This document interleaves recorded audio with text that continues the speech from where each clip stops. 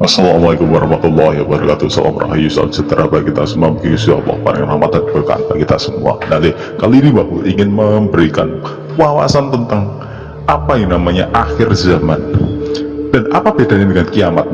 Nah, ini yang akan kita bahas ya. Nah, yang namanya akhir zaman ini adalah akhir dari suatu kurun masa atau era. Jadi zaman di sini ada suatu jangka di sini dalamnya adalah zaman dimana ada pergolakan ya. Setiap peralihan zamannya ada pergolakan. Nah, ini mendekati zaman akhir.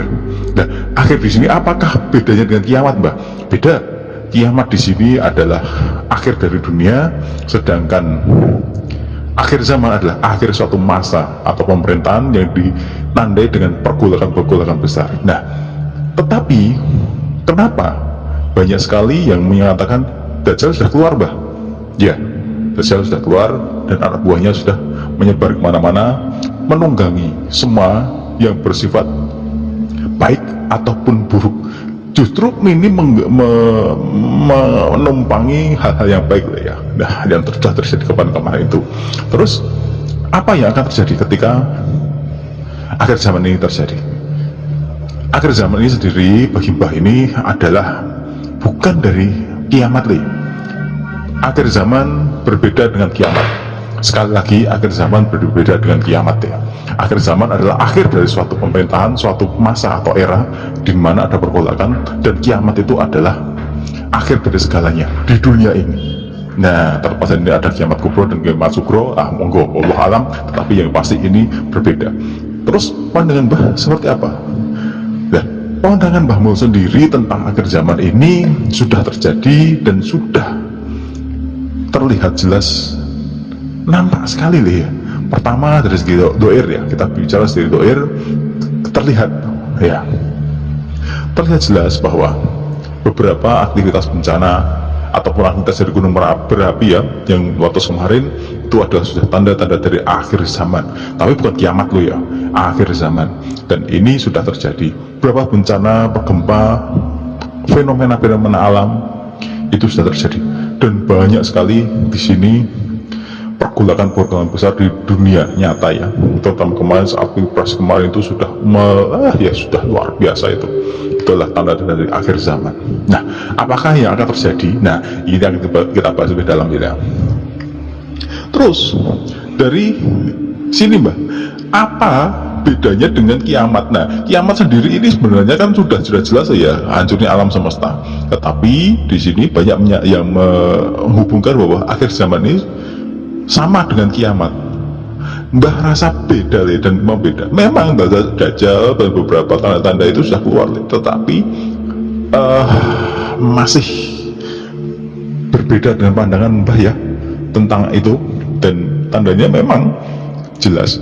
Dan kemarin ya terlihat dari tanda-tanda supranatural dan beberapa tanda-tanda batin ya, bahwa raja-raja tanah Jawa yang sudah mokso itu hilang, sakragane itu berkumpul menjadi satu menyongsong akhir zaman. Nah, akhir zaman di sini, dan ternyata Mbah tafsirkan dan beberapa orang menafsirkan sama, adalah akhir dari suatu pemerintahan, akhir dari suatu masa yang ditandai dengan pergolakan-pergolakan yang membenturkan antara hal yang nyata dan yang gaib, dan hal yang berbau dengan agama dan budaya. Nah, ini sudah terjadi, dan itu sudah istilahnya sudah terjadi kemarin, dan sampai saat ini efeknya masih terjadi. Nah, ini dari itu sudah dijelaskan ya, beberapa ustadz itu seperti Ustadz Danu itu sebutkan bahwa Raja Jawa Moksa berkumpul menjadi satu terus menyongsong akhir zaman. Kalau dengan para Mbah ya, akhir zaman itu ya akhir suatu masa, bukan akhir dari kiamat. Memang kita mendekati kiamat, tetapi bukan kiamat secara harfiah hancur, itu bukan. Nah, ini masih lama, dan wallahu alam, apa kita menemui, kita tidak tahu ya, wallahu alam. Terus tanda-tandanya apa Mbah? Selain tadi ya, tanda-tanda bahwa raja Jawa berkumpul menjadi satu ya, itu ada beberapa fenomena alam yang memang ya sudah terlihat ya. Banyak sekali hal-hal yang berbenturan dengan agama, budaya, kebiasaan masyarakat itu jadi celah besar. Padahal kemarin tidak ada masalah. Itu adalah tanda-tanda dari akhir zaman, bukan kiamat tapi akhir zaman. Terus ada suatu hal yang sifatnya berhubungan dengan keyakinan. Keyakinan ini bersifat fenomenal dan akhirnya menjadi hal yang besar. Jadi sebenarnya hal yang kecil sudah biasa jadi hal yang besar. Ya, contohnya ya idealisme ya. Jadi pilihan yang terwujud kayak pilpres kemarin itu. Terus yang ketiga, yang hubungannya dengan hal yang sifatnya biasa menjadi luar biasa. Loh, kok gitu Mbak? Ya, karena banyak hal yang memang di sini fungsi dan sifat dari Dajjal sendiri kan membenturkan keyakinan. Keyakinan di sini yang sifatnya adalah hal yang